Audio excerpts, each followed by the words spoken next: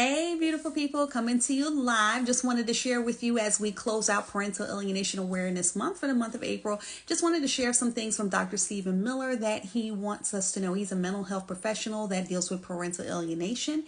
And he says that there are a few things, like one thing in particular is that alienating parents tend to present well. Targeted parents tend to present poorly. So what he goes into is a rule. With alienating parents, they present themselves with the 4C's. So they're cool, calm, charming, and convincing. I'm pretty sure some of you have met someone like that. And this is because they are effective alienators. So they tend to be master manipulators and who are highly skilled at managing impressions, especially initial impressions. So they'll make that first great meeting with you initially, and then next thing you know, everything starts to go downhill. Okay, so just so you know, typically a lot of these people have some type of underlying personality disorder, whether it be borderline personality disorder, narcissistic, or sociopathic types. In contrast, the targeted parent tends to present poorly. They have the 4A's, so they're anxious, agitated, angry, and afraid.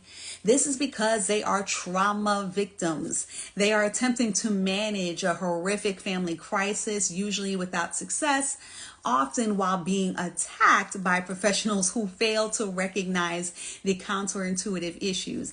And this is a parent who is at their wits' end. They've been trying to tell everyone the truth about what's going on, and no one wants to listen because the calm, cool, collected person is able to calmly share his piece or her piece on what's going on because they know the manipulative type of behavior that they're doing. And then the person that is on the other side of it, the targeted parent, they're usually confused, frazzled, with the 4A's, right? Anxious, agitated, angry, and afraid. So a person that's a non-specialist, they often kind of get it backwards and they don't really realize what's happening and what's going on. So this is likely to be a catastrophic error in a lot of times, because now you have a person that is actually the good parent, that is actually the parent that cares the most for the child, that is now being in a position where they may not have their children, lose their children, or be put in a position with custody issues where the person that is actually the alienator, the narcissist, the targeting the other parent, they will actually be the one in custody of the children. The second thing that I wanted to talk about is the clinicians who do not specialize in this area. They mistake pathological enmeshment for healthy bonding. And it's just basically a major word, a big word for a parent that engulfs themselves in a child. So this is common in severe parental alienation, and it's often seen in cases with this entails like a pathological dependent, a parent who treats a child as a friend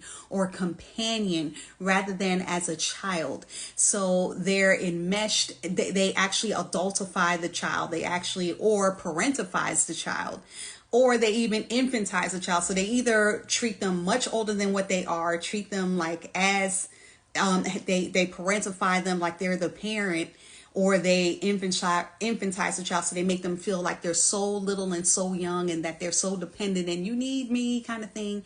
So what ends up happening is a person who is not skilled, who's not professional, will say, oh, well, that's such a healthy, they have such a good relationship and a good bond, but it's really like that codependency. It's very toxic. It's not healthy for the child, and it is abusive.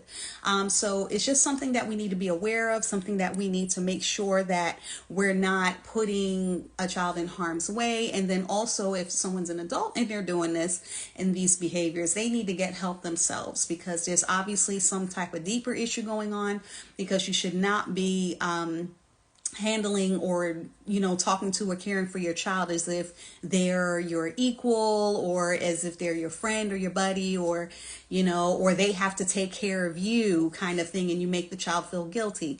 So if you see these things, just wanted to make sure that you're aware. There are a couple of other things that I can touch on, but what I'll do is, if you want the other two, just go ahead and DM me and let me know if you're going through this. I am here.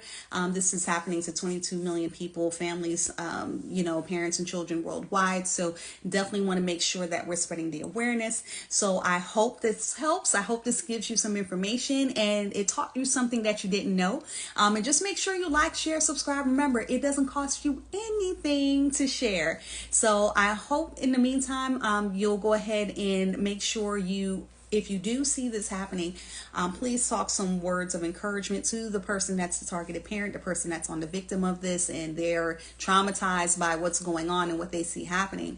And then also, if you see the alienating parent, the narcissistic type, or the borderline personality or sociopathic tendencies, make sure let them know that the behavior, you don't see how this is going to be helpful for the child and in their best interest, and you know how to word things to make it sound in a way that it's not going to be offensive, because the goal is for the child to have the best relationship that they can with both parents, and they have the right to love both parents, and that's the goal where everyone wins in the end, when the child is put first, when they're able to love both parents, and when they don't feel like they have to choose a side, right? They want to be able to love both parents and feel free to do that. And you can play a part in that. So thank you. And if you have any questions, always feel free to reach out to me, DM me. Make sure you put some comments in there. Tell me what more you want to learn about parental alienation while we close out this month. I'll be happy to answer them for you. All right. In the meantime, I'll be minding my healing. Look forward to talking with you soon.